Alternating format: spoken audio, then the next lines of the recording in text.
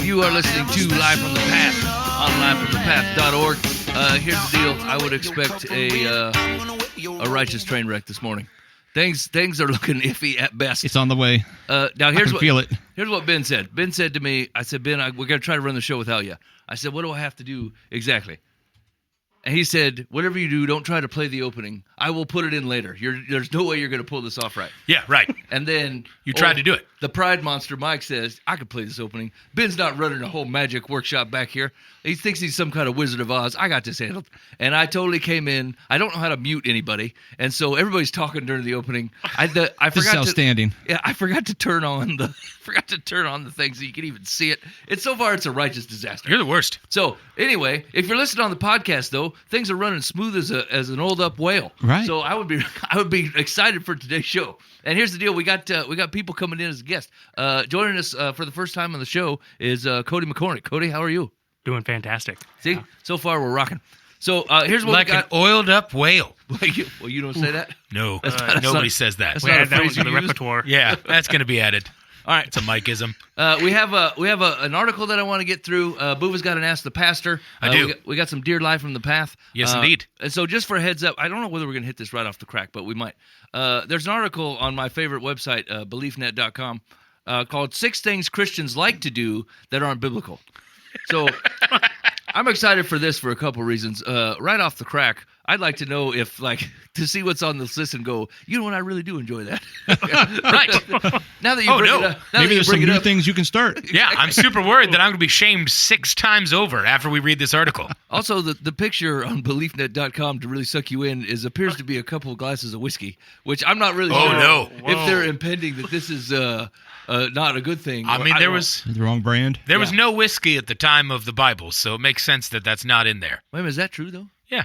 What do you mean? Where did Sure. whiskey? What did whiskey come What's from? that mean? Whiskey bourbon. Well, whiskey's corn Right. and You saying rye. there was no corn in the Bible? Hold up. The alcohol that they were having at that time was wine because it was the only thing they would ever ferment, and mead. Hey, barley. But yes, but they weren't fermenting stuff like that to where we have legitimate you know whiskey. that? Yeah. Because whiskey is not. I don't believe you. I'm Hold with up. Dan. Whiskey, I think they ferment everything. Whiskey is not just fermented; it is then aged in barrels. Right. And so until you have casks to be able to do that kind of stuff, Are you saying and they're people, archaic and can't do that? People that are so that stuff sat in stone jugs and all that stuff. It didn't age from the barrels. That's I like whiskey. Just like grain alcohol. Yeah, you can have alcohol, and there were also not stills. So that's why they had wine, but they didn't have No, here's the deal. There's some wild man in Bible times that put a big pile of corn in and just stared at it. And That's he's true. like, come on. That's true. Again, you're not And they going put to a spigot actually in get it. the proof of alcohol that you need from that. You need stills for that. Well, he It's didn't not know that, just Booba. fermentation. He was first in the guy making the whiskey. You asked a question. I'm answering the question. There's a difference between things like wines and meads, which are natural fermentation of alcohol process, and there's things that require distillation. I believe it's Solomon spirited who liquors. said, "There's nothing quite like a good bourbon and a cigar." Bourbon is an American thing. Yeah. Well, I Unknown. could be wrong. Secular Solomon, that is Solomon. All right. That's from the Book of Jack Daniels. All right, let's get to this article. 6 things that Christians like to do that aren't biblical. Some of us are guilty of more than one item on this list. Oh, no. Oh dear. Oh, no. All right, here we go. BeliefNet.com says, the Bible is full of wisdom, but is often misquoted and misunderstood. The same goes for Jesus' words. While the teachings of Jesus only lasted around 3 years prior to his death, in that short amount of time, a tremendous world of truth, myth, legend, and superstition was built around him. Even though Christians share a particular set of beliefs that they hold as essential to their faith, I don't know that we've gotten along with that one for a long time. There are a wide range of interpretations and opinions when studying the Bible. Today, readers and carriers of the message often hear particular verses and passages in ways that they were not intended to be heard. That's interesting. That's a side note. Put that on the side note list. Done. While the Bible is often quoted, is just as often misquoted. There are also a number of things that Christians will say or do, blah, blah, blah, blah, blah. Here we go. Here are 6 things that Christians like to do that aren't biblical. Number 1, say things that are not in the Bible. Now, here's the thing, boys. Is that like when you quote the Bible, but I don't say know. this is in there? In the list of things or that like, because I Christians say do. a lot of Who things that helps aren't in the himself. Bible. But I would say 99% of the things I said today. Yeah. What a Are great not in the argument Bible. structure. 6 things that Christians do that aren't from the Bible. When they say things that aren't from the Bible, that's so unchristian. I'm sure they're talking like the God helps those who help himself type thing. Like they God make don't a bless good no quote. mess, Dan. What? God don't bless no mess. That's right. See, that's got to be his T-shirt. It's got to be in the Bible. That's true. Like cleanliness is next to godliness. Like how many of these things? I think that was Franklin, wasn't I it? was going to say, wasn't that Benjamin Franklin? Yeah, here's the thing. But like a lot of that does show Right. up, and Yeah. like Yeah, a lot yeah. of people lean on them. Like they're not Like- they're not totally way off base. They're not biblical. Do- But sometimes people just want a thing to grab onto. We were talking about this a little bit last week, where we were talking about like it is not unreasonable to think that merely because of the language the Bible uses, I don't care what translation you're using, right? The way that it's phrased and because of the time that it was written, a modern brain just struggles a little bit to grasp, some of it. And a lot of it is metaphor, and a lot of it is written to be comparisons and things that are culturally understood in the time. And so some examples that like were a real, like they would waylay the crowd if you said it back in the day, you say it today and they're like, well, yeah, we're getting it in multiple translations since, and like totally different language structure and stuff like that. I was just reading about like a parable that Jesus talked about with the parable of the tenants in Matthew 21, and then goes on to the stone that the builders rejected. Apparently, it was a really cool thing that might have been a showstopper because like the word ben means son, and the word ben means stone. And so, like, he was like, the ben that was rejected is the same ben that will become the cornerstone. And it's like, oh, basically the same word. That's awesome. Yeah. And we just completely flat out missed that entirely. Yeah. Because it just doesn't mean anything in our translation. Yeah, the same thing. Like I was when I was a wee man, I was always blown away by this bar Jesus. I'm like, that's bold. Like you just put the bar in front of your name, all of a sudden, and Jesus, you borrowed like the Christ's name. Like Jesus is like the most common name when Jesus is tooling around. Right. I have no idea this is true. Like I just thought there was one Jesus. Right. And then like this dude would just be like, I'm Bar Jesus, or like what was the big one? Barabbas. Like Yeah. it was his name is actually son of a man or son of a dad. Like when his name translates, it couldn't have been a more generic name. Like because the bar is the son of A man. The bar is the son of, and then like Abbas or Abba, father, Abba, right? father, Like, yeah, son and of so, the like, father. His name is literally son of a father, which could couldn't be more of a literary archetype of like a nothing dude. Right. You know what I'm saying? Like and so like it's stuff like that like Ben always says like the Bible peels like an onion, and it ain't no kidding. Like the things that we miss. Like merely because like we're not from that culture and the language got translated a little bit and like we do it's to our detriment, right? But it is extremely eye-opening when you get to some of that stuff. I mean, it's just natural. I mean, I've been on this kick lately. Well, I'll see some TV show that like I've never actually watched, or maybe I know my mom watched when I was a kid. Yeah. And I saw like Doris Day. Like, okay, I remember I've heard of it. I remember the song. I don't know anything, so I watched episode 1. Okay. Well, it's a whole different world back Right. then. I mean, that's only been 50, 60 years. I don't know when it was. And it's like, yeah, you go back 2,000 years, things just change. I mean, meanings change, culture change, all the nuances of all the phrases, everything. So, yeah, I mean, we can't even go back 50 years and get it totally. We have to put it in context. But we can do it because we're not that far off. But yeah. I feel the same way anytime I see anything from Al Bundy. Like Al Bundy from a long time ago. Everybody's like, yeah, get it, Al. And I'm like, that's the most chauvinistic crap I've ever heard in my entire life. Like, what are you talking about, you schmuck? And people are like, oh. And the like studio audience is clapping. Yeah, okay. Well, you've been listening to Live from the Path. To be honest with you, everything's screen stopped and then started acting a fool, just like it's doing right now. And now I kind of know what to do about it because it's not It's totally fair. I think we're going to keep going with the show, and then if we can salvage whatever we have to after this, perfectly fine. Okay, or it'll be secret. We seem to be rolling. Yeah, I think, and here's the deal. The Lord definitely loves us and is gracious with us when sometimes we screw something up.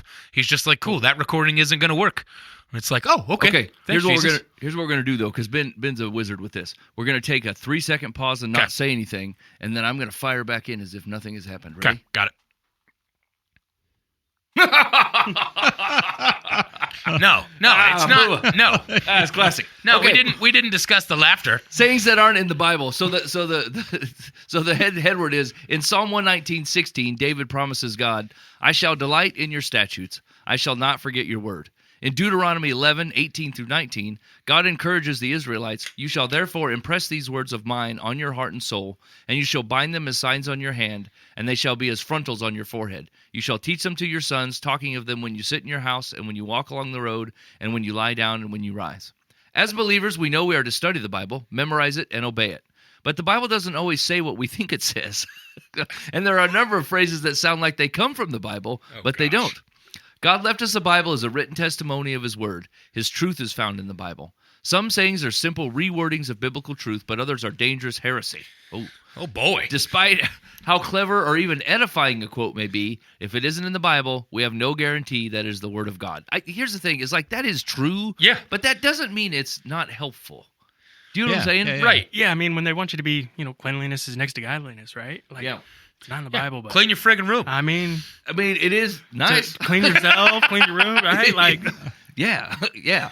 I think like, I do this all the time, right? Like when you're trying to relate something to somebody, like we say garbage in, garbage out, right? Like what we're saying is if you're going to take in nothing but garbage, you're going to put out nothing but garbage. Yeah. That's not in Deuteronomy.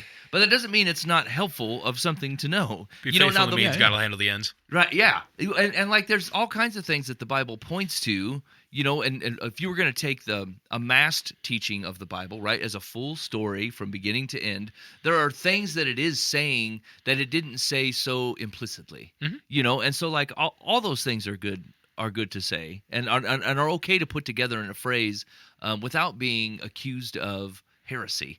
Well, we see this a lot in worship music, right? Yeah, right. So like there's to be fair, some of this is true, right? Like I think over the last 5-10 years, especially, you've seen worship music kind of take a turn to where it is so individually focused. One, that's a Western Christianity thing for sure. And two, honestly, like I sometimes have a hard time praying through it. Like I'm pretty good about keeping up. I do the Lectio 365 every day, right? There's an app, and it's really good for praying. Like it especially there was a time in my life when it was just integral to me connecting with God, and I loved it. And I still do it like every day in the morning and at night. And then sometimes like it's just very me focused. And sometimes it feels a little disingenuous, like I don't want to live the rest of my days and only be praying for me. And like not being able to think about those around me or have a pastoral like view on how it can't always be me, what's going on with me. That's not even really the story that the Bible paints. Like we read that when we do the Lord's Prayer, right? We do give us this day our daily bread. That's a communal prayer. That's not just for you as an individual. It's you as a community. We're praying together as a community, that prayer. And we take it and very much individualize it. And so, to the article's point, like there is it's not dangerous, but it sure is not helpful. A little bit misleading way that you turn some of these things around. But overall, just because you're not quoting the Bible, I don't know that you're in some kind of problems, Right. Yeah. I think it depends on how much weight you're putting on it. It's just a phrase I'm saying. It's a teaching. I mean, it's part of nudging people along in a positive way. Well, great. You use all kinds of tools, but as long as you're not like, thus saith the Lord, godliness is next to cleanness. Sorry. Yeah. Thus saith. Here's the thing: is like even when I think that I've heard from the Lord about something, I am real careful. You know what I'm saying? Like I need 4 more people to tell me they heard that too, or I'm not moving on it. Exactly. Now I think throw the fleece out. It's almost a little different on a personal level, right? If it's about me, or like if I've been praying about something and I feel like God is leading me in a way. That one, there's not as much risk to it, right? Because like even if I screwed it up or it was just my own mess, I have a Father who loves me, right? I think He's going to save me from well-intentioned whatever. But like I don't envy. I know 3 people in my life who like I would certainly designate as prophets. Like God speaks to them and they come looking for people. Like not in a like you almost have to drag it out of them unless God's really pushed it to them. But like. Like I don't envy that job. That would be a tough job for me because I feel like I would be so afraid of speaking on the Lord's behalf. Have you ever had a prophet speak into your life? Had a prophet speak into my life? Yeah. Yes, I think so. And it's usually to call me out on stuff that I'm absolutely hearing, but I'm not moving on. And it's humbling when it happens, because I'll be thinking something, but then I just don't trust the origin of it because I don't trust myself. Not that I don't trust God at all. It's just like I'm a terrible sheep. I may not recognize the shepherd's voice, but not because the shepherd's messed up. It's because of me. But then something will come along where it's like, yeah, you know how you've been hearing that? That's been real the whole time. I'm like, crap. Okay.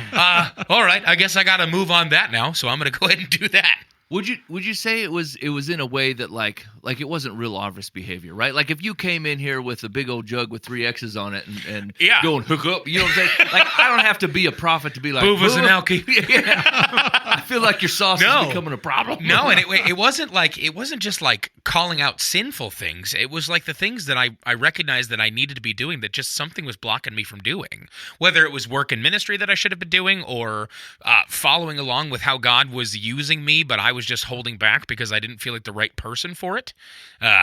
It was people speaking in my life going like, yeah, no, you'll never be the right person for it. You'll be the one who God calls, and then he's the right God for it. Right. Yeah. Cody, you ever had something like that happen to you? Well, I mean, I think, over the last couple of years as I've come to faith, right, I think I definitely had those things that Buva was just talking about, right? Those thoughts in your head and those things that you just don't act on. And then finally somebody just grabs a hold of you by the nape and was like, come on, man, you got to do this, right? And I think that was God putting people in my lives to do that, and intentionally doing that so that he could draw me towards him, right? I mean, that's what I needed in my life. That's what God needed for me. So, and then just to that point, about just putting people in your pathway to be able to pull you into things and to for the outreach for that, working with the youth group and all of that stuff, right? Yep. It's that pushing and that, man, I know I need to do it. Yeah. Right. But it's that person that God's just putting it on there to drag you into it, right? Yeah. I say drag you into it, but I love every minute of it. And most of the time, they don't feel like they're dragging you into stuff. They're just like, hey, man, God's been telling me this. And like, I listen to him and say what he says that I'm supposed to say. And so I need you to own up on that. And I'm like, crap. Right. Like, dude, I'm not that smart of a person, right? So sometimes you got to like hammer me on it. So look me in the face and be like, Buva, this. And I'm like, crap, okay, fine. Yeah. I feel like I've had it a couple times where I'm like, people say something to me, I'm like, why did you say it like that? Yes. That's always the time. So that eerie. Right? And like, for some reason, it's very similar to the way that the Holy Spirit arouses like stuff in the scriptures, right? When you're reading a verse you've read 1,000 times, and then for some reason, it's like just sticking with it, and you're like, what is this about? And like, that's generally when I can put together like, why did you? I hear what you're saying to me, but why did you phrase it like that? That's an odd, way to phrase it, because it's just. In fact, it was probably within the last year. I was driving to church or something, and I remember just thinking to myself, I'm like, I have not been very faithful about being in God's Word and pursuing like holiness. And like, I can't imagine the last time that I've walked up to somebody and said, are you pursuing holiness? Right? It's just, I'm like, how's your walk with Jesus? Like, are you reading the Bible? Are you praying? What's going on with you? But I would never phrase it as pursuing holiness, Yeah. And I walked into church, and then this gal looks at me and she's like, I need to talk to you for a second. I'm like, oh man, usually when this happens, I'm in some kind of trouble. Dang it, I'm in trouble. You're running back through your mind, like, what? Right, exactly. What sin have I not confessed yet? And she goes, hey, listen, I don't know if this is going to come as a surprise to you, but for the men in this church to do what God is asking them to do, they need to be in their scriptures, and they need to be pursuing holiness. And I'm like, oh, man. I mean, that was just... Ding, ding, ding, ding, ding. I'm like, okay. I'm like, I heard the same thing, so I'm with you. I'm with you. That's funny. That's what we're doing. And like, I was so thankful that she was willing to do that, right? First of all. And second, because what it feels like that a creator God of the universe knows you. When that kind of stuff happens and you can look at it and go, like, you didn't have to do that. You phrased it exactly in my head as you would have it come out of somebody's mouth to say, son, I'm paying attention to you. Yep. Dan, you ever had a thing like that? I have. It's been rare, and it could be rare mostly because I don't trust people. I've had a lot of people who are frauds. Who, the Lord has told me. It's like, all right, already, and I'm like, no, okay, I'm not listening. I mean, I'll listen, but but one time I met a guy for lunch, and he was traveling through town, and we just sat down, and he all he did, he's been like a mentor to me, over the years, and he just said, hey, how are you with God? And that's all it was. And I mean, I just squirmed. I mean, everything was fine. I wasn't like, robbing banks or anything on the side. But I sat there and I just gave all the super generic, oh yeah, we're good, great. Potato salad's good here, isn't it? And it was like for 2 or 3 days I sat there and thought about like, man, how really are we? Yeah. Like I've kind of drifted, like I'm doing my job, I do my stuff, I check my boxes, but I'm checking boxes, not pursuing holiness, and that really hit a time of personal revival for me. And then there are times since then that I bring that up myself. Yeah. Like, okay, come on, dude, really, how are you in God? Yeah. And oftentimes I just get stuff from God straight. Like we talked before the show, I was going to drive him home from Kentucky, and he's like, "Hey, what about this book you haven't read for 20 years?" I'm like, "What? Okay, I didn't know I still had that. Throw it on. Yeah, and I just found it on YouTube, and let someone read it to me. It's so funny. And it's been it's got a little revival going on in my little life right now, just of some stuff that sometimes you get caught in the mundane and you forget that it's the prayer stuff going on behind the mundane that's creating some giant waves throughout the spiritual world. Yeah. And we're just like, yeah, okay, I prayed, and I don't know. So there's a combo. Usually I get it straight from God. I don't know how it sounds like, but there have been times there've been people maybe I wasn't listening, and he's like, okay, I'm going to bring in support, buddy, because you're kind of lame. And so I feel like I just heard something. Just like right now? Yeah, shoot. Okay. I got to fix something. I read Fresh Wind, Fresh Fire. Yep. And I read that book in one shot. Like I started it and I did not put it down until it was done. Mm-hmm. And it was friggin' great. Like that book was incredible. And it just like it lit a fire in me, no pun intended. But like ever since then, I've thought to myself, on Thursday evenings, I need to be at the community center of my apartment complex praying. Mm-hmm. And I'm not going to invite a single person to that. And I'm not going to like that's where I've been. I'm just going to start. I'm going to pick a night and just start doing it. Right. And that's right. Exactly. I'm just like, and every part of me, like the prideful beast that I am sometimes that I have to fight down would go invite your church, invite a bunch of people, put it up on the Nextdoor app, do whatever, all this different stuff. And I'm like, and here's the deal. Like, you guys know me. I'll do that. And then people will show. Like people absolutely show up to that. And it's whatever. I don't even know why it happens, but it happens. But like, I so don't want that to be the Buva show. Like, I just want it to be like, I want to be in that room. So that like every single person that shows up is just like either what are you doing or can I join is 100% not me flocking people. Mm-hmm. It's just like I had a feeling that somebody was in this community center praying and here I am and now I'm going to do it. And like let's talk in 2 months and see what happened. Here's the deal. You were just saying that like, dang it. Thursday nights, like it just hit again. I'm like, I've been thinking that since I read that book 6 months ago, maybe 5 months ago now. Yeah. I thought I should be in there on Thursday nights, and I have not done it once. And it just hit me again that I'm like, hey, Buva, guess what? You still have got nothing going on Thursday nights, and all you would have to do is walk 300 feet out your front door. And like, even if I ask you for more than that, what's too much? And it's like, oh crap. Okay, fine. All right, I got to be there on Thursday night. Yeah, actually, I'm reminded of just a quick story. Like I was just thinking about two things. I had read Fresh Wind, Fresh Fire, I think within the last year, right? And like I'm always extremely convicted when I read that book because it just reminds me of the power of prayer. Yeah, right. Right? Like an enigmatic speaker can grow your church. People will show up for the worship. But if you want to know the real health of your church, you look at Tuesday prayer night. Prayer night, yep. Mm-hmm. That's what you look at. And you go, this is where God's moving, right?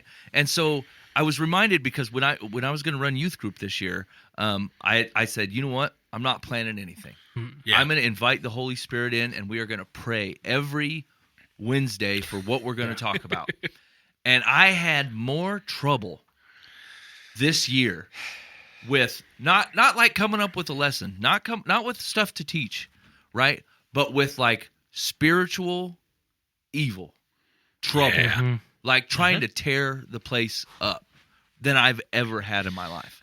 Running youth group, right? And I've ran youth groups probably 15 years now, and this year was a Mack truck of a year. It was just rough. Mm-hmm. And at the end of the year, we take this big picture, right? And like almost none of the kids in our youth group are churched, right? And there's more kids in this youth group than started the year with. Yeah. Right. But getting there was rough. And I was praying about it before the last one. I'm like, Lord, I don't even know how we got here. Right. And like, we had so much trouble this year. And he goes, you invited me to show up. That's what happens. Because there's something worth fighting against.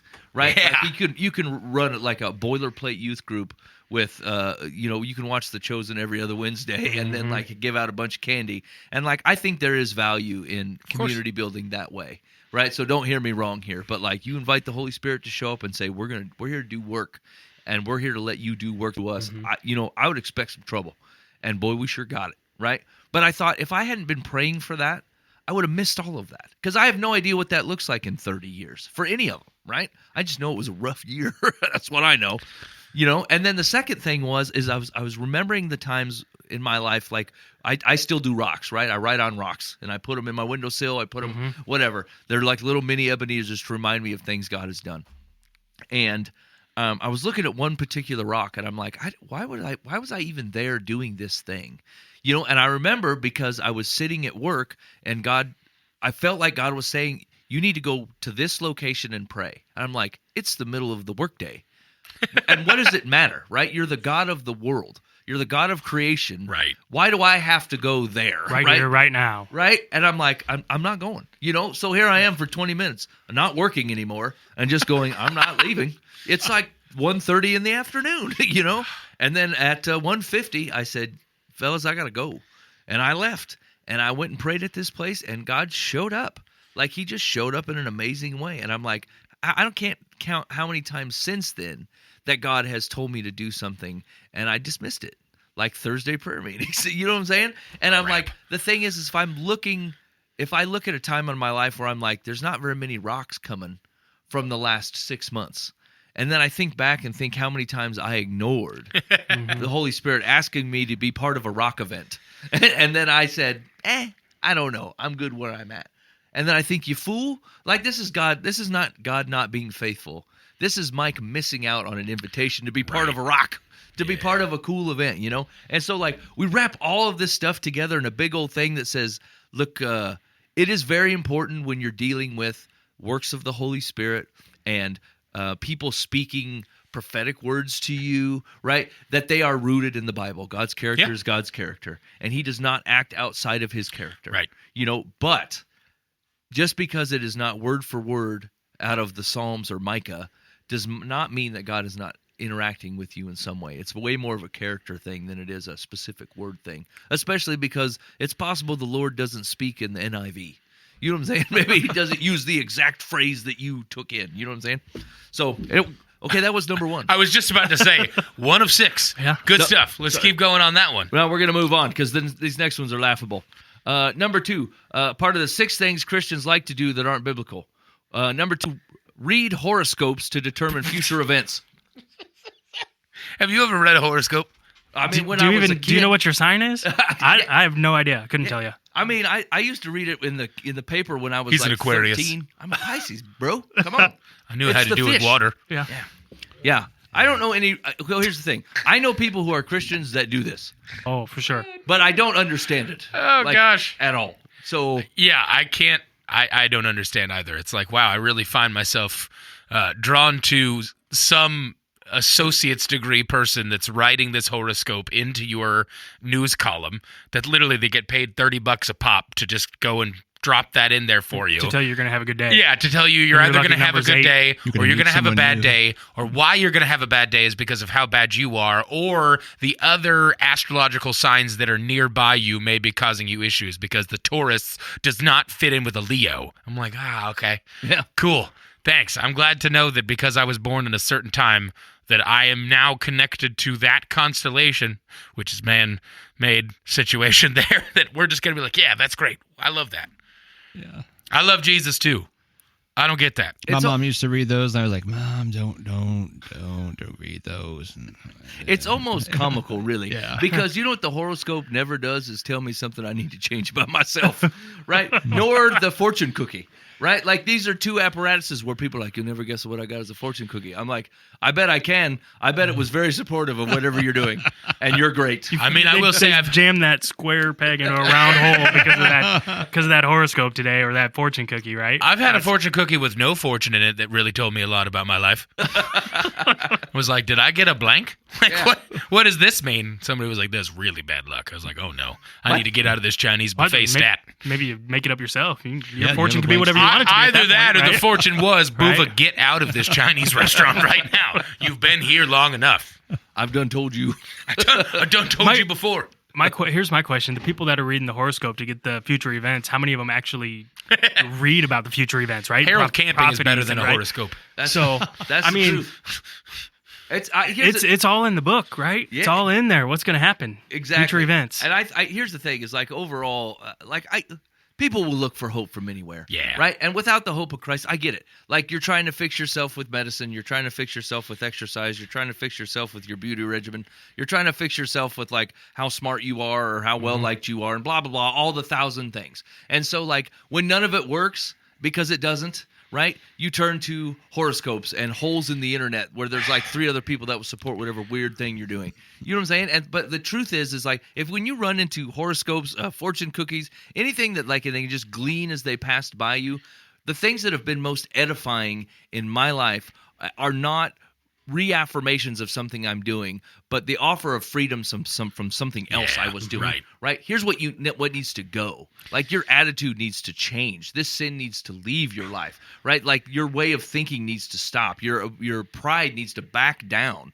Almost all of them are gifts in the negative, opposed to horoscopes and fortune cookies, which tends to go, you're doing so good, and you're going to meet your soulmate today. You know what I'm saying? I'm like, or you're going to get a lot of money. or you're going to make a ton of money. It never happens because you're spending your money on the publications that you're getting these horoscopes from. You are terrible at investments. You know, I'm constantly reminded that we are a creation that yearns for a creator. And like, I found that out most because of the fact that I used to do TikTok lives. And I know that sounds dumb, but like I got TikTok, whatever, not famous, but like I had a video that blew up one time. And like when you got over 5,000 followers is when you were able to go live on TikTok. And I did it. I did it a couple times because I was very interested. The kind of people that showed up to like me at 10 o'clock at night to 2 in the morning, just hanging out, sitting up on my bed talking. And like not even be like, just that's all I would do. I would just set it on my bed and just sit there and chat with people. And like the amount of people that would just come in and just like want to hear something nice and like want to hear someone not being rude to them or mean to them or vicious. They just like, people would flock to this and keep coming back just to hear me go, hey, I hope you're having a good day. And I hope things will get better for you. I'll pray for you, all this different stuff. And like, it was insane to me. In that moment, I realized it was like, these are lost people that are like, this is a complete and total stranger that knows nothing about me, sees my username, and that's it. And like the fact that was enough connection for them to keep coming back, I'm just like, wow, this is insane. Like this is what we're looking for, is just something to hold on to. And it plays itself out with these stupid horoscopes. People are just like, either I've been burned by people that burn me from Jesus. It's usually not actually burned by Jesus, if we're being honest about it. He's not really calling you away from things you should be doing. He's calling you away from rough stuff that's hurting you regardless. But like people that have been burned by the church or by people, right, are running away from Jesus. Perception of being burned. Exactly, that's true. Yeah, exactly. I mean, and it's not even real. Like it's just like, man, I was hurt by this because I really wanted to do something in my flesh, and like it's wrong for me. And Jesus said, don't do that, and therefore I hate him and the people that represent him and stuff. Yeah. Oh, Like, I think we all have. Yeah. I mean, for a long period of my life, right? Yeah. Exactly. So, exactly right. And so, just like seeing that, it hurts me so bad that like, this is the kind of thing that people are crying out for. Like, hey, my astrological star sign and or proximity to the moon, because the moon has pull on the ebbs and flows of the tides, and we're 75% water, so maybe the moon pulls on me too. Like, whatever, man. It's just friggin' ridiculous. That's a real train of thought, by the way. Stay away from me, moon. Stop me pulling on me. That is a real thought that some people have. They're I'd like, hide in my house. I'm affected by the status or the place where the moon's at, phases, of the moon, because I am made up of 75 or 80% water, and the moon has an effect on the tides of the world, and therefore it has an effect on me. So the full moon means that it's at its largest amount of pull for me. I have not seen near enough drunk drivers on cops giving this exact excuse. Hey man, it's 50% moon. I'm getting all pulled. You know how the moon gets. It's a wax and gibbous, buddy. You know I don't feel good about it. You know I can't walk with the gibbous. All right, we got to move on. Okay, so walk with the gibbous is the greatest thing I've ever heard. They read horoscopes to determine future events. The fascination with astrology and horoscopes undoubtedly reflects people's desire for wisdom beyond their own and direction for the future. True. Astrology is the ancient belief that the person's destiny can be found in the pattern of the stars and planets at the time of one's birth. Okay, long story short on horoscopes, to pull this off, you have to have a very short memory because you have to remember all the times that it was not right. Right? And so, like, you read it Monday, Tuesday, Wednesday, Thursday, Friday. Every day you had full-fledged belief that it was going to go down, and then you chose to forget that none of that came to fruition when you started to read it on next Monday. Right? You have to have a very short memory to continue to let it continue to run your life. All right, here we go. A part of the 6 things Christians like to do that aren't biblical, tithing based on a sense of obligation. Oh, not very many people are comfortable talking about the ways they give monetarily to the church. Okay. Most would rather not talk about it at all. So many Christians look at tithing as a final issue when it's really a matter of the heart. In the Old Testament, God instructed his people to tithe, give 10% of their income to meet the needs of the religious, economic, and political system of ancient Israel. In the New Testament, Jesus set a higher standard, though it was less precise. The Bible says giving is to be done cheerfully rather than as an obligation, and not for public recognition. Too often, we treat our financial situation and other resources as though God needs them. Rather than give out of a place of gratitude and joy, we see ourselves as thrifty overseers, doling out scarce resources. We forget that every good thing comes down from our Father in heaven. Okay, here's the only reason this is tough, right? Like, it's because if God stopped by your house every Sunday to pick up this tithe, right? I don't think you would feel the same as if you were giving it to a church run by people. There's an innate mistrust of other people, which is sometimes warranted. But in actuality, it is going to do God's things. Now, Dan could probably speak to this way better than I can, but like some churches are very prayerful and very careful about how they deal with their finances and where it goes and what they get involved with. And I'm assuming some are not. Yeah. Right? Sure. Some are not. And so like, I don't know how I don't understand tithing from like let's say 1,000 to now, AD. I know what it looks like in modernity in today's world, like where we're like keeping up an air conditioning system and an outreach bus and like all this stuff that like require we live in a country of affluence, right? So like everything costs money here. Even the poorest person is rich compared to the rest of the world, right? So like we're in a different world situation. But on the whole, I think that most folks, they're not involved enough in the church to know where the money's going in the first place. And so, and then they frankly worship money a little bit. They don't want to give it up just to an unknown an entity where they're like, I don't know where it's going exactly. Well, I think a big part of it too is that it's not trusting in God's faithfulness for what he says he will bless you with. Like recognizing that like God isn't saying that he wants the 10% because like he needs it from you specifically to make things work or he won't be able to do things. That's never the situation. It's like you need to, it's not yours in the first place. It's always been mine. Like the first 10 is mine. But on top of that, like give it and trust me. Trust me that I will cover this. I will bless you. I will show you faithfulness that you don't even believe or understand right now if you're willing to give this. You're giving up a 10% of your income being part of your safety in your finances, your safety in your situation, some of the comfort that you live in, all those different things. You're giving them up to me so that I can give them to my people, but then also so that you can recognize that the other 90% came from me too. Even though I'm calling the first 10% to be mine, the 100's mine. I'm just letting you keep the 90 as it sits.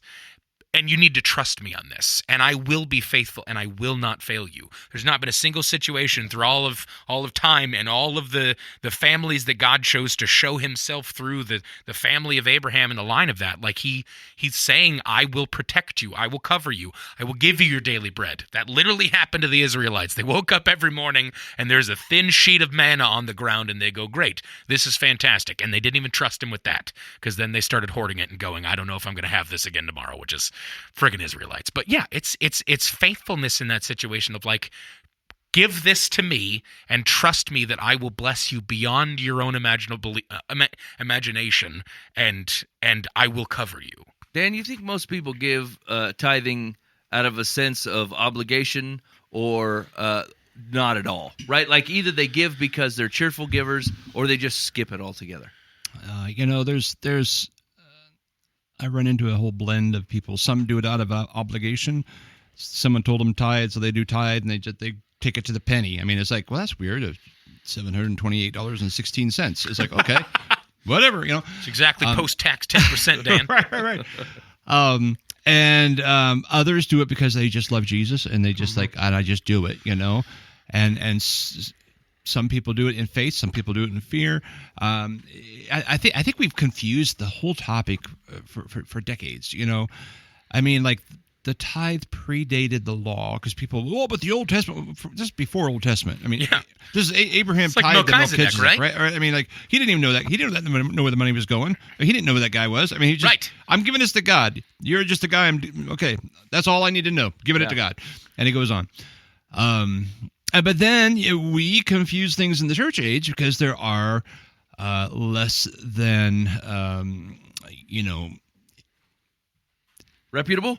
That's a good word. Okay. Trying not to be too mean.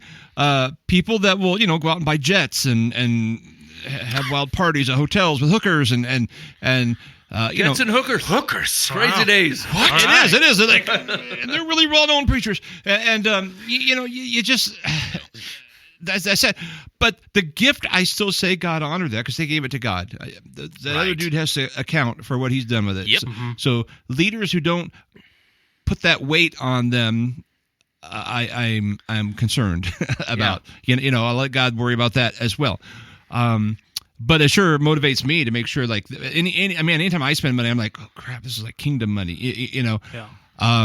So like I'm not the guy running around spending wildly, although I just bought an office chair about 2 hours ago because I keep breaking them. So I finally bought a heavy duty one. I'm going to go look at this, Dan. It better be reasonable. Well, this is like a private jet. Let's just say it's fast. Where'd you get this golden calf office chair? That's outrageous. It's air conditioned. I'm going to be fine. Is that your face embroidered in the back? That's awesome. It was really actually a lot cheaper than I expected. So, but I had some other great wisdom I was going to say, and I don't even remember what it was. Dang it, Mike. I just kept kind of going. But now, okay, so I'm gonna ask a controversial thing here. Yeah. And we're gonna get heated. Hopefully Is it about the Jets? It's not about the Jets. Okay. Oh, remind me, I was going to talk about Old Testament, but then go ahead. Oh, sorry. Go. No, go ahead. Well, I was just gonna. So when we're talking about a tithe here, I think a lot of people take that to mean I need to give 10% of my income to the offering box of the church that I go to on Sundays. Yeah. Mm-hmm. Does that line up as the only way this works? Because I don't think it does. Like I totally respect that. Mm-hmm. If that's the way that the Lord has called you to be generous, and that's the way that you plug into your church to do so. But there are other people that like can accept money, or there are other ways that you can give to the kingdom or to kingdom work, right? Yeah. See, I think that actually kind of is what kind of I was going to talk to is in the Old Testament. It was we talk about the tithe of the Old Testament. That was just like one of them. Right. There was the first fruit, so there's your tithe. Yes. That went to make sure I was going to say that kept the priests, because they didn't get a land. The tribe of Levi wasn't given land. But then there was like, don't plow all of your land. That's a tithe. That's a second tithe. Right. That's going to the poor and the widows and so forth, the needy. So I would say you tithe to your church, and then you got another tithe. You gotcha. Other stuff, homeless ministry, feeding people.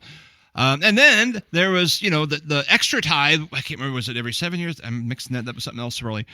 Maybe it's every 6 years. 7 is right, I think. Where you had the big party. I mean, you saved money aside, and it all went to your party, like big Passover, like monster party. I had people invite me to those before, and I'm like, Jubilee's 50. Jubilee is 50, yeah. Yeah, that's freeing slaves and stuff like that. To Dan's point, like there's probably 7 feasts a year. I don't know exactly what it is, but like you're saving for the feasts, right? Like, and you're buying the stuff. Like you're intentionally like saving money to throw a party. Oh no! So we're not saying 10%. We're going at least 30. I mean, yeah. I had it all added up once several years ago, and I thought, okay, this is ridiculous. They can eliminate it to a tithe. Everybody fights the 10%. It's like, oh, dude, you're just getting started. That's so funny that everybody struggles with the 10%. Yeah, They're like, crap, I don't know if I can give this What's much. The average? Like 2.9 or something like that percent, whatever it is. It's the last time I haven't been a while, so I looked that up. I'd be ashamed to think about how much I haven't given, but yeah. I could only speak to this from personal experience that like I was not very faithful in the tithe for a long time following Jesus. And then when I was,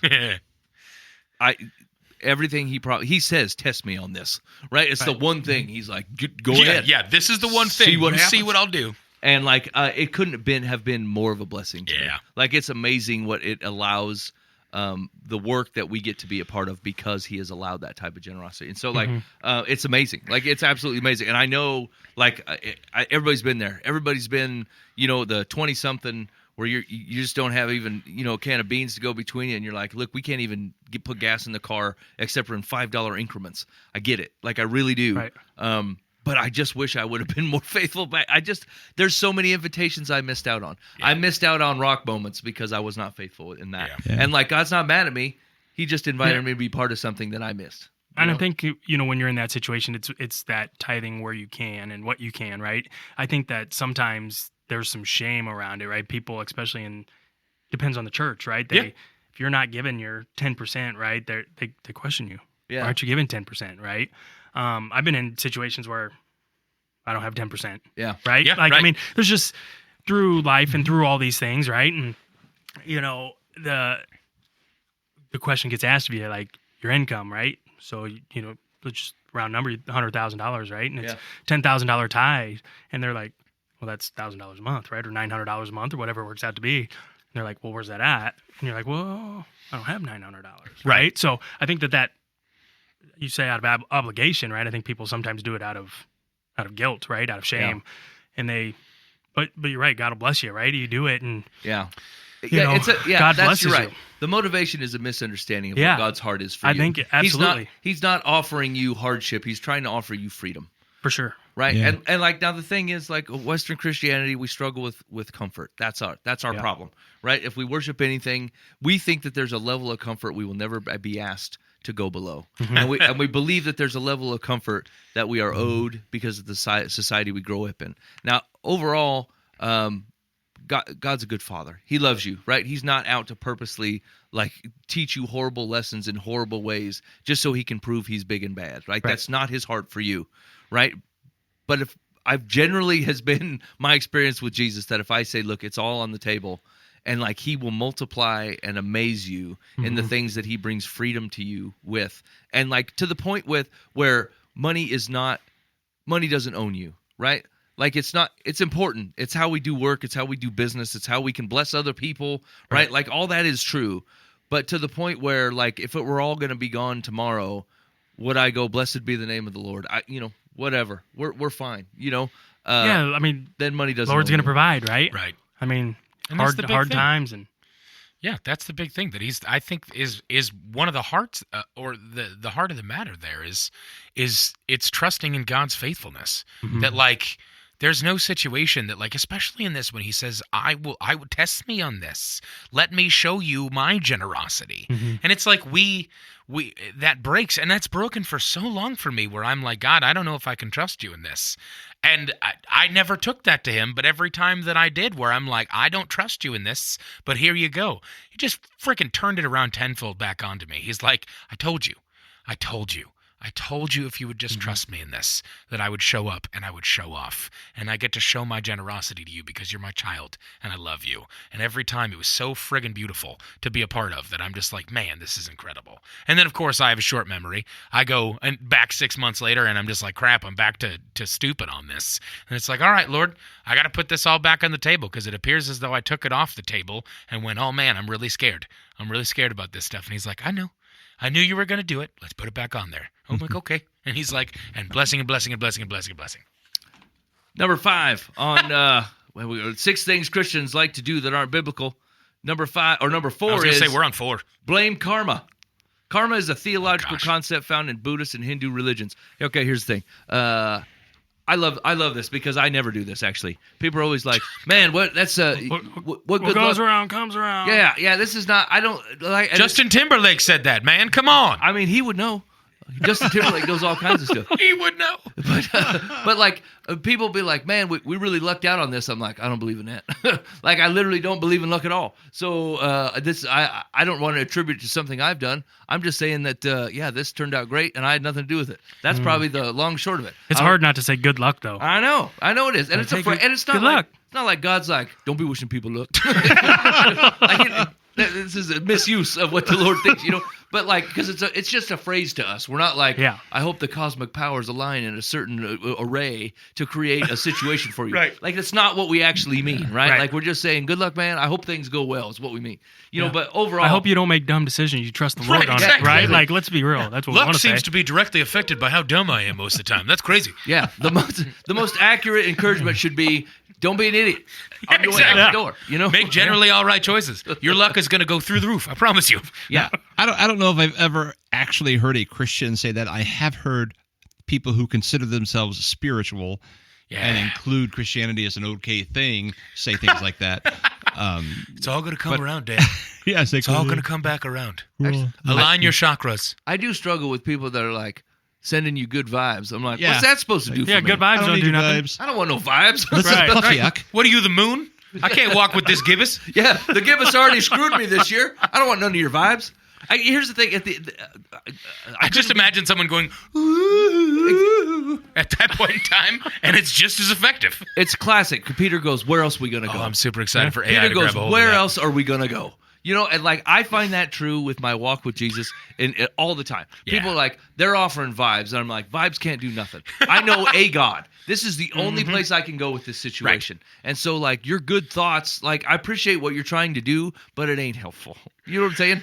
It's like a guy throwing a paper towel in a mud puddle and going, here, this is helpful. I'm like, I see you were trying to be nice, but you literally accomplished nothing and burned a paper towel. That no one's going to be able to use for anything Well, the else. unfortunate flip of this coin, though, is the amount of Christians that say thoughts and prayers with you and then do absolutely nothing with that. Yeah, they say it, but they don't do it. Exactly, right? Like, Yeah, right, exactly. Thoughts and prayers. They thought of them. Right. Yeah, right, exactly. I thought of you, and I prayed about it. And it's like, oh, cool. Do I trust that at all? Sucks to be you. Like, did you pray about it? Yeah, right, exactly. You just wrote it on Praying. Facebook, right? I'm like, I don't trust that at all. Yeah. I used to do that all the time, and I learned from Mike Foos that you don't type praying and text that out until after you've done it. Yeah. You better should be. have done it first. That has been be shamed prayed. to me Yeah, forever. prayed. That's right. Prayed. We only get to do it in the past exactly. tense. Right. Like, yeah, I mean, there ain't exactly. no. Yeah. I prayed Because you on can't that. type that while you're actively doing it, right? Exactly. Like, let's be real. Yeah. God's like, you trying to worship the gibbous with that. Don't be following me up with Trying to worship the gibbous. Number 5, 6 things Christians do, something or other. It just is whittling down more and more Number as we go. 5. 6 things that Christians like to do that aren't biblical. Yeah. Number 5, believing in superstition. Superstition is based on the faith of an object having magical powers. Another word for superstition is, quotes, idolatry, burn. The Bible does not support the idea of things occurring by chance, but nothing is done outside of God's sovereign control. Now, here's the thing: you want to weigh things correctly in your walk with Christ. That is a true statement. Nothing is done outside of God's sovereign control. Mm-hmm. Right. He does not cause everything. He is not the orchestrator of evil things. Nope. But he did allow it. Sure. And sometimes that's very hard to wrestle with. Well, I mean, yeah. We live in a fallen world because of our own choices. That's right. And so, like, I've heard actually a lot of people come to a crux of their faith. Like it's the standard question: why do good things happen or bad things happen to good people? Right? And like, Yeah. Why did Job's kids die? right? And we have standard answers Couple that times. are not helpful in the sand. Right? When your whole world's falling apart and people are like, look, we live in a fallen world, and God has to allow free choice to allow for love to be an actual choice of yours, for it to be genuine, right? Like, and we broke a promise that we made God as humanity, and He's rescuing it. We have this whole thing, right? But like when a car accident happens, and like there's no discernible reason, like this is not comforting at the time, right? This is a very hard thing to wrestle with because, like, in our belief, God could have stopped it. He could have, right? And sometimes He does, and sometimes He does not. And like, having a hope and a faith in Christ, when you have had rock moments, this becomes easier to deal with. Like when you have a relationship with God, I wouldn't say easier to deal with, but like you know that where your hope comes from, right? Mhm. And you know that there's nowhere else you're going to go. Because even if you want to be mad at God for right now, which he has more than enough shoulder to take, Oh, yeah. he is not afraid of your anger, right? When you sit down and think about it and go, well, if God, maybe I'm mad at God, or maybe God isn't real, I'm going to switch to what? Right? Well, here's what I will do. I'll go back to the horoscopes. They always did me right. Right. You know what I'm saying? Like, once again, it's Peter that says, where else are we going to go? What else? I mean, where else would we go? This is the only gig in town. You know, like, this is the thing to do. This is where our hope comes from. And so, like, I could see people, not as much superstition things, but like I've wrestled with that myself when a thing has happened or a situation has shown up and people are looking for comfort who don't know Jesus. And I'm like, I could tell you that, like, God knows all about this, but, like, you're just going to get more mad. You know, You're like, if your God is so good, why did he allow? And I'm like, I can't speak on his behalf in this particular situation. I know that he wants to walk through this with you, but, like, that's not comforting to people who don't know him, you know? Oh, gosh. Yeah, I struggled with that, going as I was coming to faith, right? And there's a couple songs come on the radio, right? Corey Asbury has songs that's kind, right? Yes. And it's all about that, right? Sometimes babies die. Sometimes marriages don't work, right? Yeah. Obviously, I went through that, right? So, Yeah. and there was a lot of guilt and a lot of things around that.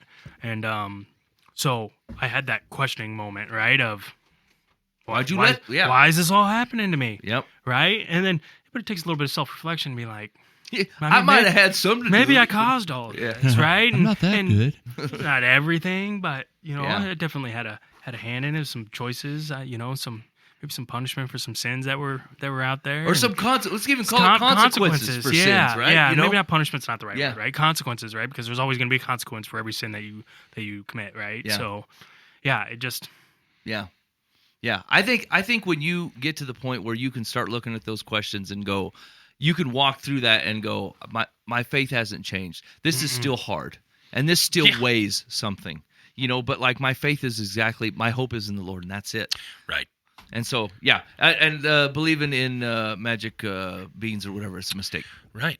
So we can just. I do like the number 4 though. Yeah, But I don't obviously. know if I'm superstitious about it. But No. Yeah, Stevie Wonder really reminds me all the time of how very idolatrous things are. Very idolatrous writing on the wall. Okay, last one. 6 things that the Christians like to do that are not in the Bible. Oh, no. Drinking to get the drunk. That's it? Hold on. Getting drunk is prohibited in the Bible. Prohibited. While it is a sin, for centuries there has been significant debate around the topic of drinking in moderation, and even more in recent years. With the shift towards postmodernism, practices that were once discouraged by the Christian community have been embraced and even promoted. Whether it be alcohol, drugs, or some other addictive behavior, Jesus said, you cannot serve 2 masters. When we get drunk, we are serving a master other than the Lord. Choosing to follow Jesus means choosing against our old sinful patterns and lifestyle. 1 Corinthians 6:10 lists drunkards among those who will not inherit the kingdom of God. The Bible is the single most important book ever written. It is an eyewitness account of historical events of such magnitude that they have literally shaped the world in which we live. Without the Bible, the Western world and a good deal of the Eastern world would be completely different today than if the events of the book had never occurred. The Bible is remarkable. It is unique. No other book has any such credentials, and no other book even comes close. Our words and actions must align with our faith. The drinking to get drunk. Most Christians are like, yeah, this is fine. I pull this off all the time. I don't know if I've met any of those cartoon characters. I hate to say it like that. Like, the Christians that I know, or the people that know Jesus that I know that get drunk, usually know that they're messing up and that's sinful. I haven't met one Christian drunkard apologetic. Now, I've ran into apologist. Excuse me. I've ran into some good Christian folks that I knew that weren't paying attention to what they were doing. Yeah, right. Mm-hmm. And they're, or like someone just they don't drink. I mean, sometimes you let your stupid get off the leash. Yeah, Yeah, right. You know what I'm saying? Yeah, and so I think if your intention, because what's the point of getting drunk, right? Most people Exactly right. Like when you're asked, you're running to something or running from something. yeah, exactly. You're sure. running to or running from. And And it's so- not God. Yeah, That's the right. problem. And it's not Yeah. an enhancement of your current life. It's a burial. Right. You're like, I just want to forget what's going on. I don't want to feel the way I feel. This is every addiction, right? And everything right. that we're running to. And so, you could call it drinking to get drunk. I could call it sitting there smoking 3 packs a day. And I could call it eating so much that I forget my problems. Right. And so, this is one of the things in the Bible that, can we take that as an archetype opposed to just God hates alcohol. Like Jesus, Or Jesus metaphorical. That's right. Jesus had some. Like he brought this whole point up when he was talking about them comparing, And he made it. Yeah, I mean, when he's talking about out the of water, Pharisees, the Pharisees giving John a hard time for not drinking and not hanging out with sinners, and Jesus goes, and then here I show up drinking a little, obviously, and then hanging out with sinners, and you got a problem with me too, you know? And so like I think we can just finally put this fundamentalist thought that like alcohol's not, that's not what we're talking about here. No. We're talking about your hope is in something else. Yeah. Your hope is that this alcohol will change the way you're thinking, feeling, doing, whatever. Same thing with the drugs, same thing with the smoking. I think that alcohol is just the most visible of all of them, right? I mean, it's the one you see, it's the one and readily accessible. Right? Absolutely. It's and probably one of the least frowned upon societal sins, right? But we're not saying drinking is a sin. What we're saying is you're running you're Peter, but you're going where else would we go? Jim Beam. That's where else we'd go. We can try that. You're running to something that isn't God for your idol or for your fulfillment or for your forgetting what's happening in your life. Mm-hmm. You are losing control of higher function, higher thought, things like that. You're allowing yourself into a world in which you are very much have a higher potential of making even worse decisions in drunkenness, things like that. Rage and anger come out, jealousy and lust come out, all those kind of things come out through drunkenness, and it appears to be this gateway to that because of the inhibitions that you let go and because of the things that you're allowing your mind to lack and the defense that falls because you're given into alcohol that much. It's idolatry, and it's going too far to allow yourself in other things. I'm teaching through Romans right now, and it's a blast. I mean, you have him setting up. He spends a considerable amount of time setting up that we're just losers. We're awful. We're failures. We're rebellious. We've done it all. All the stuff. We're worthy of the wrath of God, and it's coming. It's coming. The hammer's going to come down. And then somewhere in there he says, well, but Jesus, right? Yeah. But Jesus came, justification, forgiveness, purity, holiness. He changed everything. And he gets into the whole definitions of faith and talking about that in chapter 4 and Abraham and everything. Then he hits chapter 5, and he's like, oh, by the way, that righteousness we have in Jesus gives us peace with God. Mm-hmm. And it's the peace that we're not grasping. I don't have peace, so I need a drink, or I need a bite, or I need a whatever, And once we realize the peace that the wrath has turned away, the whole propitiation thing, right? Turning away of wrath. Once we understand the wrath is no longer for me, that Jesus took it, and He loves me, and He did all this for me, and I have gone from a wrath-centered relationship to a faith and grace-centered relationship. Peace-centered relationship. It changes everything.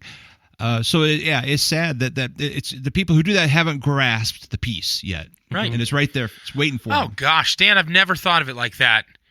To be such a way to color the shamefulness of the sin that I commit and the sin and the shamefulness of the peace that I'm not holding on to. And I think I miss that a lot of recognizing that I'm very good at being my own judge and shame bringer. Right. I'm very good at laying myself bare and going in front of the cross and going, I don't deserve this and stuff like that. I'm awful at the flip side of that, of recognizing that the whole point of Jesus dying was atonement for that wrath, for the fact that God no longer sees my sin because it's covered by that blood. And if I were only to grasp the peace of that truth, of the fact that through Christ I can be in the garden with my Father, I don't have to continue to stay in the shame cycles that I get into and the sinfulness that comes from that, if I just learn to live in the garden. Yeah. I don't need the alcohol. I don't need to run to pornography. I don't need to run to food. I don't need to run to all the stuff, the drugs. I can just run to God, who's literally hands wide open, holding them for me. Yeah. How many people's life do you like? I'm in Booth camp. I struggle with this a lot, right? In fact, one of the things I was reading this morning is it was talking about the presence of the Holy Spirit. And when Jesus got baptized, and He said, "This is my Son, who I am well pleased," right? Okay. And then it said do you believe that God feels that about you?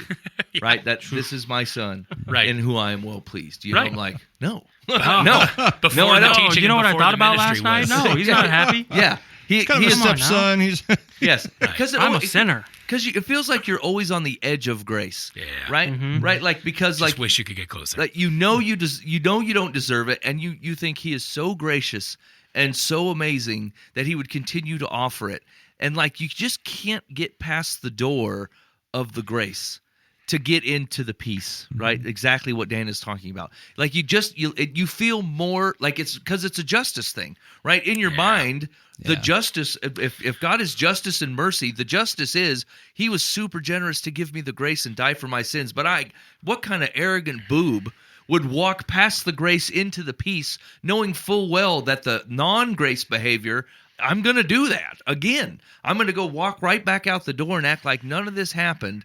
Be a fool, come back, and like God's like, yeah, I want you to take the grace, but I want you to abide in me as you move on to the peace, right? There's what point is there as being a vine or branch on a vine if you don't take the characteristics of the vine, right? Like you're basically setting yourself up as a separate vine. you know that just You're happens. just a twig on the ground, by the you way. happen to know a really good other vine that's cool and that like brings you to parties. Hey, and I'm close to a good vine. that's right. That will vouch for you if AKA the push dead. comes to shove. You know, but like you're not abiding there. You know, and like I don't know if it's a work of the Holy Spirit or if it's a laying down of pride. It sounds odd to make that a pride argument, but like, I mean, I've been following Jesus a long time, and I still struggle getting there. I still struggle to get to the peace, right? Every morning is a, God, I can't believe you're allowing me to even have this conveation with you, Man, you know? it's just I say it all the time, right? Man, I'm not worthy of this at all. I don't know why you're letting me talk to you, right? Like, And I think true, that, to right? be Imagine honest, saying that to Jesus. Right. Like post crucifixion Jesus.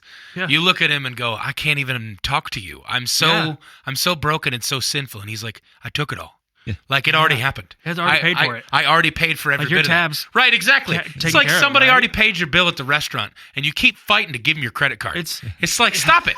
Like, what is happening? What are you doing? This is yeah. paid for. It's like, no, take my money. Your money is no good. And you do not have enough money to buy this dinner.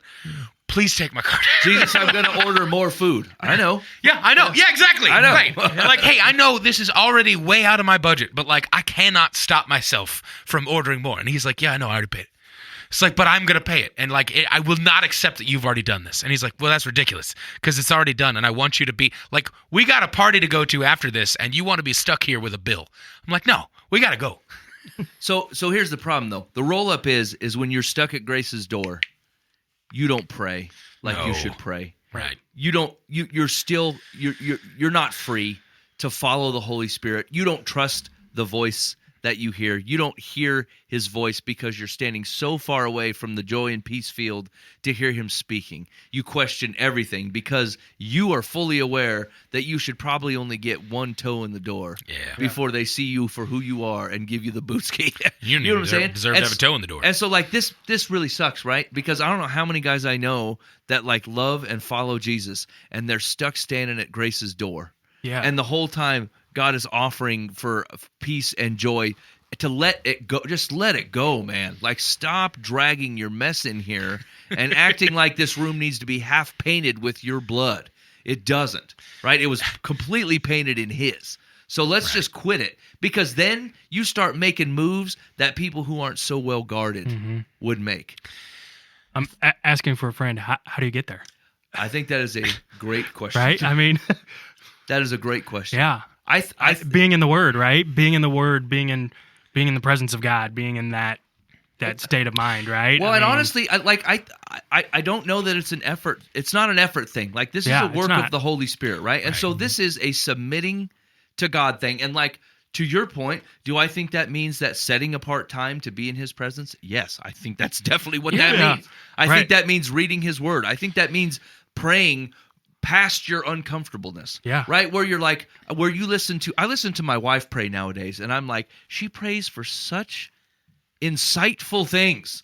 Like the insightful things that she prays for, like amaze me. And I'm like, why can't my mind does not think that way? And like some of that is because prayer is a practice and prayer is a discipline. And some of it is the Holy Spirit working in her that God gives her a heart like his.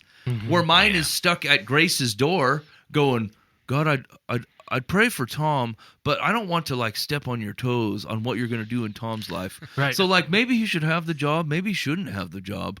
Just do whatever. You know what I'm saying? Like this is my prayer because I'm afraid of standing in his way. Where my wife will be like, she's like, I'm coming right alongside you, God. Right. I'm right here. she's like, Tom, I pray that this job will be yours, and not only when you walk through that door, you'll be reminded of all the things that God did to bring you here, and you will feel that in your soul as you meet your new boss, and whether he turns out to be your boss, your coworker, or just a guy that you met, that you walk out blessed for have been there. And I'm like, I'd have been like, good luck, Tom. You know, I hope karma helps you. It's a waning gibbous. I think there's a level that I hit because like I try and balance this of like living in the peace and the grace of our loving Father, and then living and understanding the fearfulness that I should have at the vengeance that he absolutely deserves to take.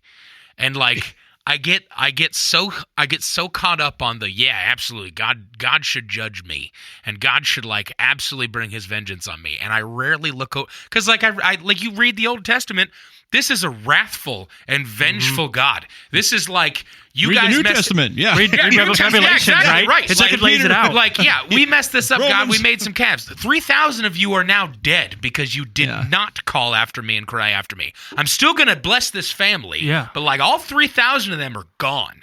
And like this is this like you are not falling in line with this. This is a covenant that you will be crushed under because you cannot hold up to it. And the blood that you have, as we're talking of a sacrificial system, you're not a perfect lamb. So your blood means nothing. It just at the end of it means that you no longer have life, and the wages of sin is death. That's exactly right. But then we've got Jesus that flips all of this on its head.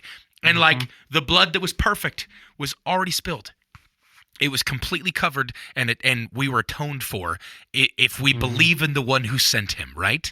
And like I'm so gung-ho and stuck on the vengeful Father that I should be fearful of, and I rarely feel like I should be in that peaceful place where I'm like, I say the words, and I know about Christ, and I know about the sacrifice, but I know of my own sinful nature, and I can't stop living in muck, and I can't get out of the mud. Yeah, I think here's what I'm hearing, and I'll try to play, psychiatrist or something. Sure. Because we're not. There's a tweak. There's a tweak somewhere we have to make, because we're understanding peace, we're understanding grace, we're understanding all that, but we're still talking about work. We're still like, if I just pray enough, if I just force myself to get it, if I just do good, because we're wired that way. Rather than starting with, no, we're already there. We're just there. Yeah. He's already done it. Peace. You got peace. The peace of God's right there. And then saying, man, this is so peaceful, I just want to pray. It's a complete flip. Rather, I got to pray so I get peace. It's like, no, you already got peace. Yeah, you just don't see it. Yeah. Bill's been paid. Doesn't that just make you want to pray? Right. Doesn't that just make you want to serve? Doesn't that want to make you dive into kingdom work? Because, man, he's done it all. I've got it all. I've got everything. I don't deserve any. Yeah, right. And it's a flip. It's just a flip, I think, that we got to make. Oh, gosh. That makes sense. Yeah. I didn't think of it like that. Yeah, it's already been done. Right. You're sitting there staring just take it. At a car, and you're like, there's not a car there. There's definitely a car right, there. exactly. And if I work hard enough, there will be one.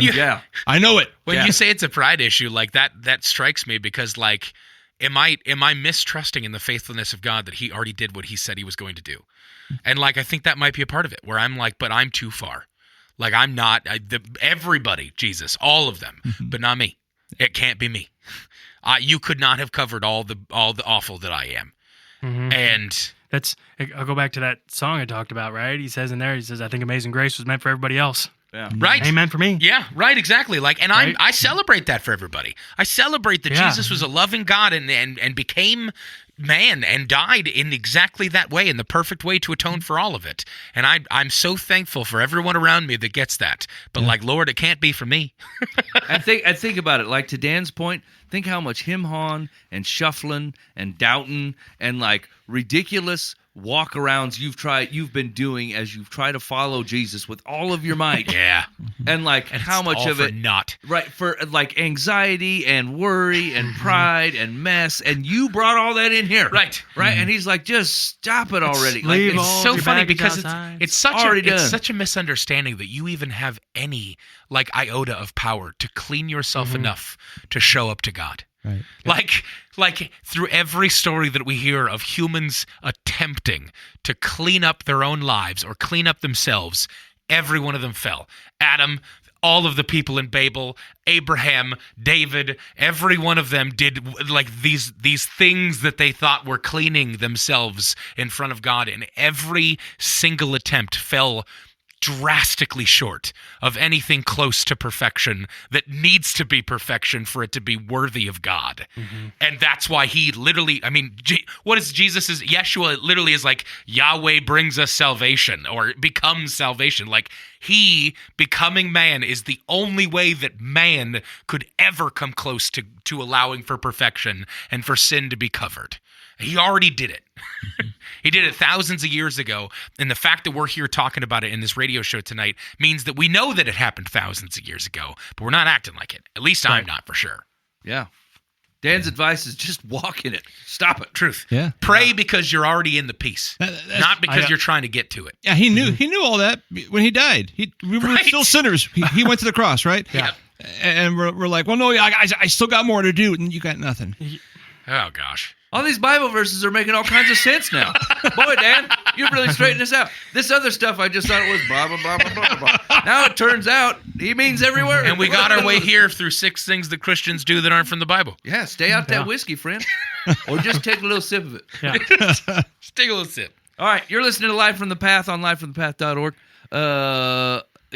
We better wrap this thing up. I don't even know how long the show. I don't know how to run any of this stuff. The timers is going. I have no idea how long we've been on here. Yeah, if you have anything that you want to talk about, whether it's a thing that you do that isn't from the Bible, because I'd be surprised if there were any more than the 6 or anything like that. That's true. There's no way that there's anything more than the 6. Those that have are already been basically the detailed. 6 major Right. sins. It's the 10 Commandments and the 6 things that you do that's outside of the Bible. But if you have anything that you want to talk about that might also be outside of the Bible, feel free to hit us up on the Bob Eisenhower Live from the Path complaint line, 515-517-0085.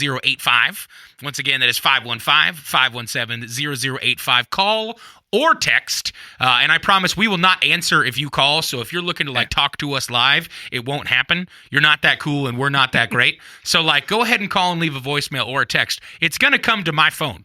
And so, it'll feel like you're texting me, and I'll feel good about myself. And so I'll appreciate that if you do that. There's a Has little bit more. anyone written the complaint line lately? I think Dan did once. What? I did That was once. an unlisted number. And, and I think one of you guys' kids did once. I think that is the entire Bob Eisenhower Live from the Path complaint line. Well, here's the deal, though. Here's the error with your request is they don't think they're doing unbiblical things. Right. So what we need is a video Shoot. of their full day. Oh. So Yes. we can look at it, Right. and then we can determine what they're doing that's unbiblical. Text us a video feed of you for 24 hours. Don't do that. Skip Yeah. the bathroom. No. Skip the Never mind, bathroom. never mind. Yeah, we don't want that at all. Maybe wanna send keep my us peace. Maybe send us an essay of why you think you've never done anything outside of the Bible, and then we will critique that and go, "Wow, you've lived a great life. It must be nice to be in peace and being prayerful about it." That's again 515-517-0085. Okay, Bubba. We need to What? hear Live from the Path. I was gonna say, what do you want from me? Because I had a couple things set up. We can do one Dear Live from the Path. Okay. Dear Live from the Path, I'm a middle-aged. Oh no, never mind. Thank you. We don't care. You got to read them beforehand. I did. I just didn't. Yep. Oh, wow. Okay. You give me a second here because the two I had. Dear Abby. Dear Who? Live from the What? Path. Holy cats. What? We're failing this. I'm a You got 67-year-old one father job. to a wonderful daughter. She has decided to stay with her boyfriend, who recently got out of jail for stealing $200,000 from his grandparents. Wow. Because of this, I do not want to leave her a large sum of money when I pass. As of now, she would inherit it. My problem is, how do I tell her I'm removing her from my will?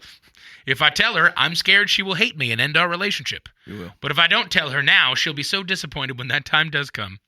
Her boyfriend has already stolen $200 from her checking account since his release from jail. He has a gambling problem but continues to deny it. I cannot take the chance that he wouldn't steal from her on a much bigger scale. She stands to inherit more than $400,000. How do I tell her? I know I can set up a trust for her, but telling her my decision is the difficult problem. Okay, so question for the group. Should people's misuse of a gift be a reason to not give a gift? Oh, oof. That's a deep one. Let's say within reason, I feel like it's fine to thought that they're going to misuse, or is there like, let's take the obvious off the table. Like, let's say that they're not going to physically hurt themselves, right? Like you're not gifting weapons or or drugs or something. You know what I'm saying? Like, but like if people weird if you gave a heroin inheritance. like they gave me an 8-ball of fresh Peruvian. I don't know what happened. Do and good things with it. And to my granddaughter, I give 6 kilos of Colombian Bam Bam. So, like, but okay, we take this tact though, like, when dealing with specific people in our own lives, we're like, look, I won't help you do everything. I'll help you do good things. Right? Yeah. So I'm not going to help you hurt yourself. Right. So, but in this man's perspective, that if he leaves this money, like frankly, that amount of money ruined just about a good person. That's a lot of money. Yeah. People are going to act foolish with it. Even good people. So like if she's struggling to see the world correctly or make good decisions, the worst she's going to do is burn it all, and it's just gone. Or that dude steals it from her. Right. Right. And then it's like all she's done is lose her grandfather. Right. And so like now her grandpa, but if in her current form of looking at the world, she's gonna really be mad at him for pulling the cash, right? He's gonna lose any relationship he has with her if he does this preemptively. But he can't not tell her. Can he not tell her? Well, I mean, here's the deal. Do you want to hate you when you're alive or when you're dead? What? I mean, when I'm dead, I'm gonna be honest. When I'm dead, I'm with Jesus. Yeah, my granddaughter hates me. I tried my best. I'm gonna do my best to be the kind of grandfather that a granddaughter would enjoy and love. Wasn't it his daughter? What? Does it make a difference if it's his daughter? Oh, like if it's his direct descendant? I think he said it was. I mean, I thought he said granddaughter, but I could have been wrong. Maybe not. I mean, I don't know.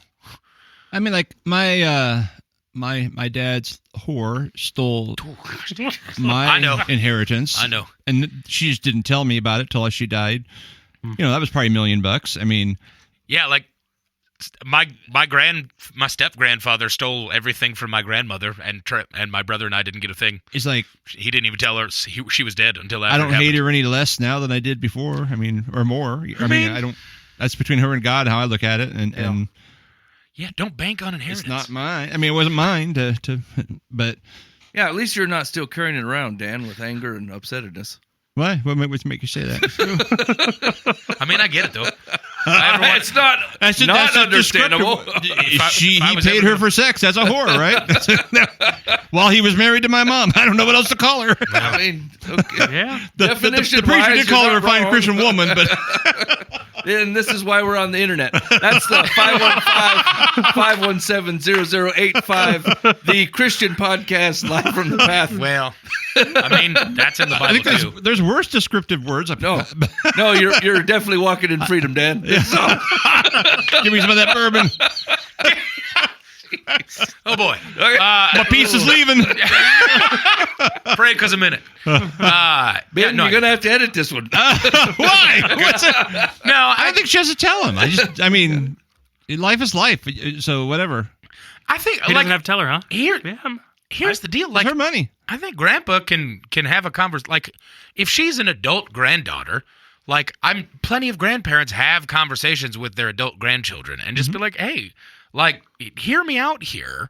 I think there's a human way to have this conversation that goes like, let's be honest about the situation you're in. Can we honestly recognize that the guy you're dating just got out of prison because he stole $200,000? Yes or no? She goes, well, yes, but he's changed. I'll go, okay, great. And since he got out of prison, he's stolen money from your bank account. That the only reason I would know that is you told somebody. Guessing you told mom and dad, then mom and dad maybe passed it on to grandpa. Right? Okay. So we're dealing in right things here and real things now. Now you being open and honest about the fact that that's the person you're choosing to date. Tell me how I should feel about that. As someone who stands to gain this sum of money from me, talk to me about my uncomfortability with this, because what I don't want is to hand you something that is going to hurt you. How can it hurt me? You should trust me with this money. I'll make sure it goes to good places.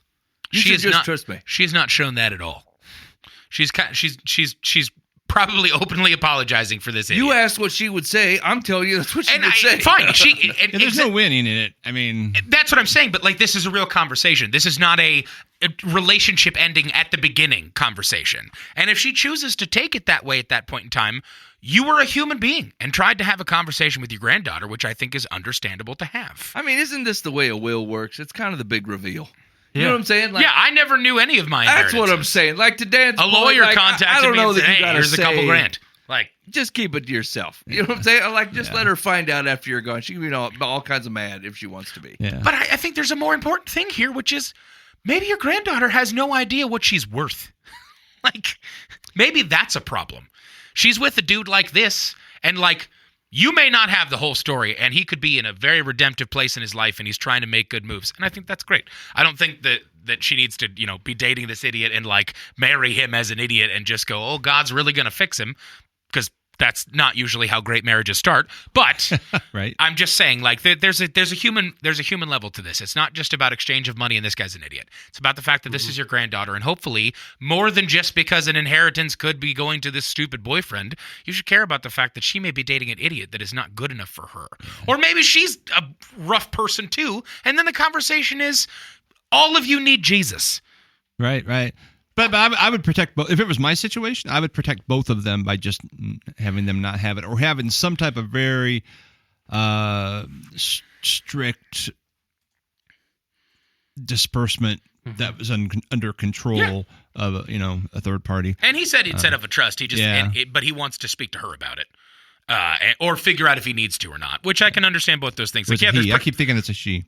There's practical things there. Yeah. There's practical things of like, this is the right way to set up the account. You can do that all legally, all the different stuff. All the money goes to a counseling center, and now you go there. Sure, yeah, exactly. Right. Free counseling for life. Yes, exactly. Here's $400,000 you will never have to pay for a psychiatrist. Especially if you're with this guy, you'll need a lot of it. Right, exactly. Yeah, and $400,000 in a gambling problem can get you in a lot of trouble. And go quick, too. Yeah, yeah, exactly. Right. That's a rough weekend at Vegas. Or a rough day at Vegas, to be honest with you, depending on what table you're at. Like, you can lose $400,000 pretty quick. And if you lose $400,000 to the wrong people, you can lose a lot more than the $400,000 pretty quick. That's all I'm saying. Not like I've dealt with loan sharks or anything. I'm just saying I've seen movies. I've seen the show. Just in case you think that I had a run in Vegas one time and I had to like avoid getting my legs broken. The only time I was in Vegas, I was 11 years old, and I went and saw the Pirates of the Caribbean thing on the side of the road. It was really cool. Sounds awesome. 515-517-0085. If you want to talk to me about Pirates of the Caribbean, I will answer. What was the secular advice? Oh, secular advice. Jeez, amateur. What? Says the guy who's had to say multiple times, are we even running right now? Secular says, you didn't say that you are in ill health. You could live another 15 or 20 years, and if you do, your daughter could have wised up and chosen a more suitable partner by then. Oh, maybe it's daughter and not granddaughter. Sorry. You remember right. I do think your idea of creating a trust for her is a good one. However, I see no reason why you should discuss that plan with her now. If you feel the need to explain, do it in a letter to be given to her at the time of your demise. Yeah. Thanks, secular. Always good. Yeah, set up the trust and then put out a letter that's super humanizing. Cool. Okay. That's what I got, Mike. Okay, you've been listening to Live from the Path. I was going to try to rig up the ending song, but, so far it's going terrible. So anyway, thank you for listening to the show tonight. Cody, thanks for coming on. Yeah, absolutely. Anytime. Okay. Yeah, you got an open invitation to come on back. Hopefully we'll talk about how to leave people out of wills more often. So that'll be good. Yeah. Do I have an open invitation to come back? I feel like that's never been said to me. No. Do I just keep showing up and you guys every week are like, man? My first church was that way for 6 years. I just showed up to preach, and they never told me not to come back. I just kept coming. I was in college. I was like, this is great, and it kept going. Dan, for a second, I don't know why I thought you were saying that to me about the church that I was in of yours, and I was like, wait, no. Did you just not invite me to that church, and I just kept showing up for the first 6 years? Yeah, I think that would have been 9 to 15, by the way, just a heads up. I thought you were telling a joke, Dan. No, it was for real. Oh, that's awesome. 20 years old. Hey, can you preach this Sunday? Sure. And I just kept coming back. All right, man. Well, as Ben would say, be faithful in the means. God will handle the ends. You've been listening to Live from the Path. Boom.